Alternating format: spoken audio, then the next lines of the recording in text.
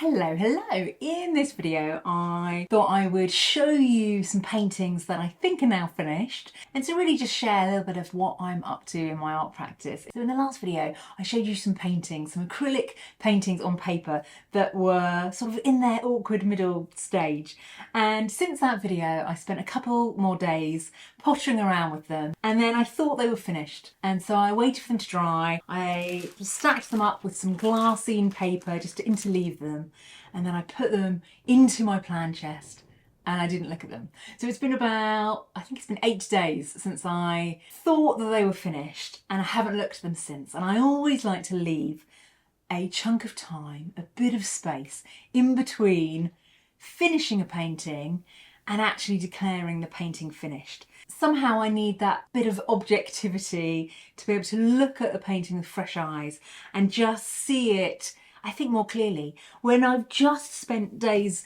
painting, I find it hard to be really objective about the painting. So I am just going to look at them now and see if they are indeed finished.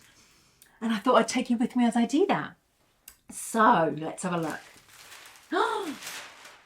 I just thought it might be useful to spend a moment or two talking about where I got the idea for these paintings. All sorts of moments and ideas from my sketchbook can kind of come together in one painting. So this is a sketchbook I started in June 2023, and I was looking through it and I just was really loving this sort of blue-pink combination. It's a combination of colours I love, but what really called to me with some of the really dark blues.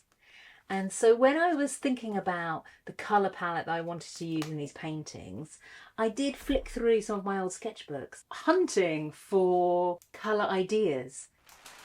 Do you know what? They're brighter than I remember them. This is a really lovely, bright, and yet deep blue. And the idea for the composition and the art technique came from these sort of samples that I prepared for my recent class, Nature and Nurture. So I took the sort of idea and process of layering paint and used it on a bigger piece of paper, really. And here are some other sort of pages in my sketchbook which inspired some of the compositions. So I often find that I'm taking a little bit here, a little bit there from different things that I've created and combining them in a different way with a different colour palette or a different technique, and it creates something new. So I often get asked how I use my sketchbook to translate that into paintings, and the most frequent answer is that because I've explored something in my sketchbook, it becomes part of my sort of visual language, and therefore it shows up in my paintings. So it's rare that I will take something from my sketchbook and copy it into a painting as a whole, but I might take a little moment here, you know, a colour reference there, and together the practice, the knowledge, the things that I've already explored in my sketchbook then come out in my paintings. And it's one of the reasons why I'm such a fan of using a sketchbook, because I think it just helps us to develop our visual language. And I find that all sorts of things from years ago show up in my paintings, and it's not always conscious, but I can often, nearly always, trace their origin back to something in one of my sketchbooks. So what I did since I last saw you is I've really been adding some details, some sort of finer little moments and patterns. I've added in some gold paint. I've made the dark areas darker to increase that contrast. And I'm really liking the way the gold sort of captures the light. And at this point, I'm just sort of scanning the whole painting and just saying, is there anything that is sticking out to me, or is there anything that feels a little bit awkward or uncomfortable or is catching my eye in a way that I don't like? So I'm just sort of going over the sort of surface of the painting and seeing if there's anything that is standing out to me. There's something about these paintings that feel very textile-y, very embroidery-like. Oh, I've been thinking about my mum this week. It's the anniversary of her death. She died 5 years ago. And she's been such a big influence, I think, on me and my visual sensibilities. So she was a home economics teacher. She taught cooking and embroidery. And then when I was about 5, she got really into textile art and creative embroidery and embroidery and textiles as art. She was often taking me to the haberdashers and dyeing fabric in, the kitchen, all this sort of stuff. And I was looking at these paintings and I was thinking about the gold against the blue and how I really loved it. And it really brought back a memory of when I was probably about 10.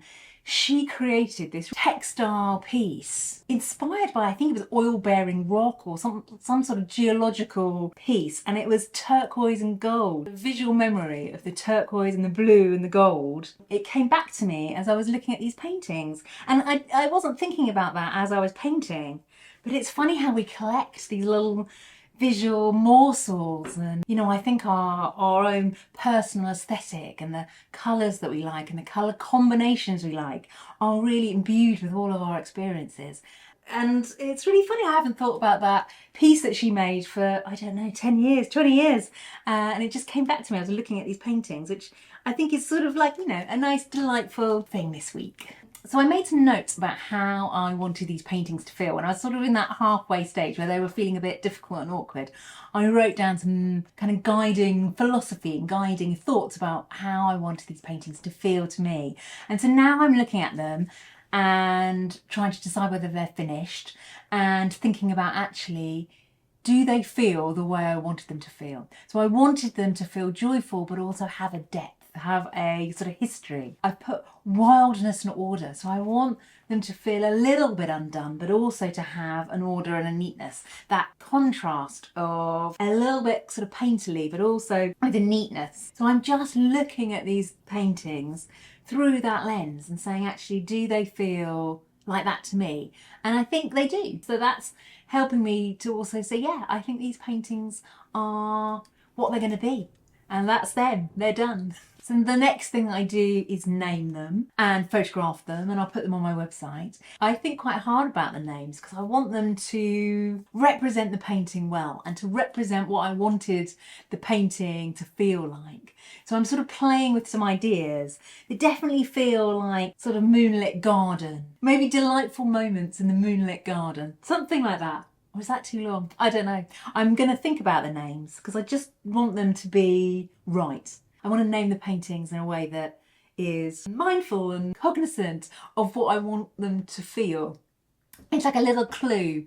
It's a little kind of marker to say this painting is about this.